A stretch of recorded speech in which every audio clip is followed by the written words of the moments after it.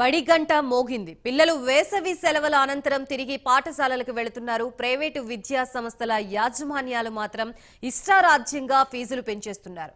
విద్యా వ్యవస్థ విద్యను అందించడానికి అన్నట్లు కాకుండా సంపాదన కోసమే అన్నట్లుగా విద్యా సంస్థలు సాగుతున్నాయి. తల్లిదండ్రులు తమ పిల్లలకి ఉత్తమ విద్యను అందించాలన్న తపనని ఆసరాగా చేసుకుని ప్రైవేటు విద్యా సంస్థల యాజమాన్యాలు ఫీజుల్ని ఇష్టం వచ్చినట్లు పెంచి వసూలు చేస్తున్నారు.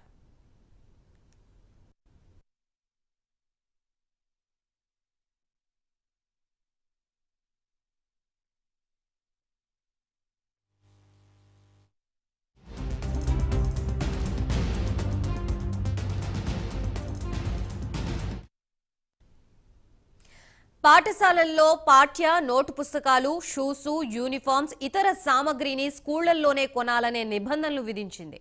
పుస్తకాలతో పాటు స్టేషనరీ, యూనిఫామ్, షూస్ విక్రయాల్ని అధిక ధరలకు బాహాటంగా విక్రయిస్తున్నారు.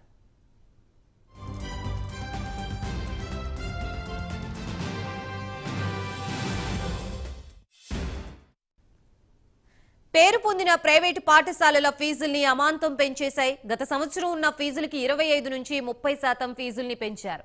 నర్సరీ చదివే విద్యార్థికి, ఇంజనీరింగ్ స్టూడెంట్కి అయ్యే ఖర్చుని మరిపిస్తున్నాయి.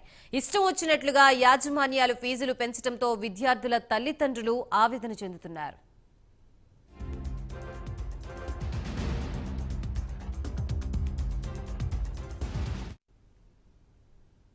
విద్యా సంవత్సరం ప్రారంభమైన నేపథ్యంలో తల్లిదండ్రులు తమ పిల్లల భవిష్యత్తు కోసం అప్పులు చేసి కూడా ప్రైవేటు విద్యా సంస్థల్లో చేర్పిస్తున్నారు.